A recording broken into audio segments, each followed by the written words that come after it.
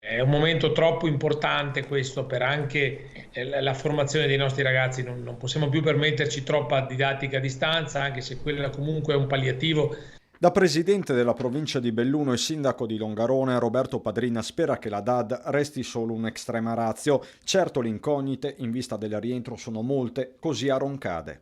C'erano diverse classi in quarantena prima dell'inizio delle vacanze invernali, quarantene che al momento sono terminate. Quindi a sabato noi possiamo dire che non abbiamo quarantene, ma chiaramente non possiamo prevedere lunedì quanti di nuovi positivi verranno identificati all'interno delle scuole.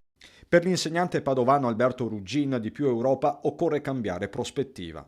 Questa impennata di contagi che noi stiamo assistendo in questi giorni avviene di gran lunga nelle famiglie, nei luoghi dove non si usa la mascherina, dove abbiamo fatto feste, ristoranti, cene, cioè continuare ad additare le scuole come luogo di contagio, dove io da insegnante vi dico che le scuole sono dei luoghi più sicuri. La questione per altri va affrontata guardando al di là dell'emergenza. Sia venetisti che Fratelli d'Italia chiamano in causa il governo.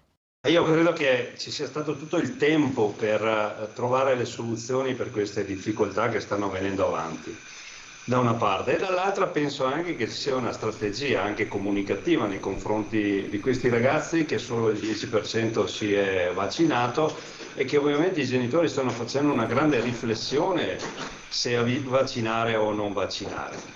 Lasciano la palla ai presidi, agli operatori scolastici di decidere sotto un certo punto di vista come si devono comportare, ma le cose non sono sicuramente chiare.